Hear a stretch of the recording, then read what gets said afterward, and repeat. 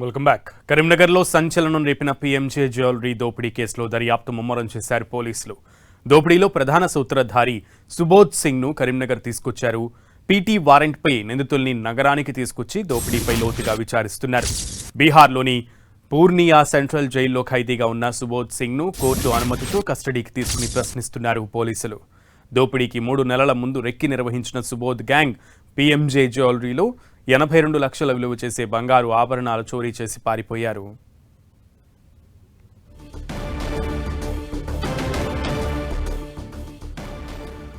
అటు PMJ jewellery దోపిడీ కేసులో నిందితులుగా ఉన్న వారిని తీసుకొచ్చి విచారిస్తున్నట్లుగా తెలుస్తోంది. పూర్తి సమాచారం మా ప్రతినిధి సతీష్ అడిగి తెలుసుకుందాం. సతీష్, కరీంనగర్ లో సంచలనం సృష్టించినటువంటి పీఎంజే జ్యువెలరీ దోపిడీ కేసు సంబంధించి కేసు విచారణను పోలీసులు దర్యాప్తు ముమ్మరం చేయడం జరిగింది. ఈ కేసులో సూత్రధారి అయినటువంటి గోల్డెన్ థీఫ్ గా పిలువబడేటువంటి సుబోధ్ సింగ్ ను కరీంనగర్ సంబంధించినటువంటి పోలీసులు పీటీ వారెంట్ పైన కరీంనగర్ తీసుకురావడం జరిగింది. కోర్టు అనుమతితో కస్టడీ తీసుకొని దోపిడీ కేసు విచారించేందుకు పోలీసులు సిద్ధమయ్యారు. ఇప్పటికే ఈ కేసులో ముగ్గురిని పోలీసులు అరెస్ట్ చేయడం జరిగింది. రఘునాథ్ కార్వార్ తో పాటు రావిష్ కుమార్, అదేవిధంగా మెహదాబ్ ఖాన్, ఈ ముగ్గురిని కూడా అరెస్ట్ చేయడం జరిగింది.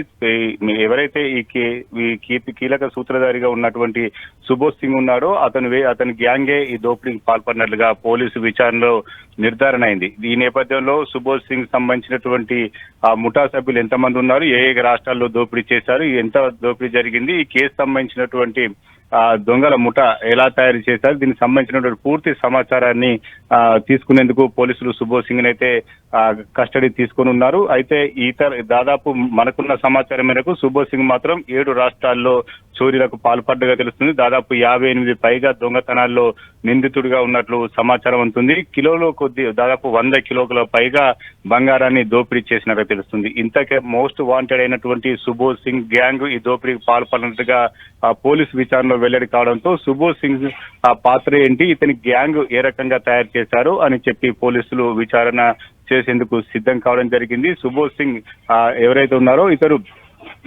పెద్ద దొంగతనానికి ముందు దాదాపు 3 నెలలకు పైగా ముందు మాత్రమే రెక్కి నిర్వహిస్తారు. రెక్కిని తర్వాత పక్కాగా చోరీ చేయవచ్చని భావించిన తర్వాతే వారు దొంగతనం చేస్తారు. అయితే దొంగతనంలో పాల్గొన్నటువంటి దొంగల ముఠా సభ్యులు ఎవరైతే ఉన్నారో వారంతా కూడా కేవలం పాత్రధారులుగా ఉంటారు. దోపిడీకి పాల్పడే వారి దొంగలంతా కూడా ఒకరికొకరి సమాచారం ఉండదు. వారి వాహనాలకు సర్దుబాటు చేసే వ్యక్తులతో పాటు వారికి ఆయుధాలు ఇచ్చే వ్యక్తులు కావచ్చు, సిమ్ కార్డు సరఫరా చేసే వ్యక్తులు, వీరంతా కూడా సపరేట్ టీమ్ గా ఉంటుంది. వీరంతా కూడా నెలవారీ వేతనాల కింద సుబోధ్ సింగ్ వద్ద పనిచేస్తారని చెప్పి ఇప్పటికే commissioner Karimnagar commissioner CP Ghouse Alam వెల్లడించడం జరిగింది. సుబోధ్ సింగ్ ను విచారిస్తే ఇంకా దోపిడీ కేసులకు సంబంధించిన అంశాలు వెల్లడే అవకాశం ఉందని చెప్పి పోలీసు అధికారులు చెప్తున్నారు. సునీల్. ఓకే సతీష్.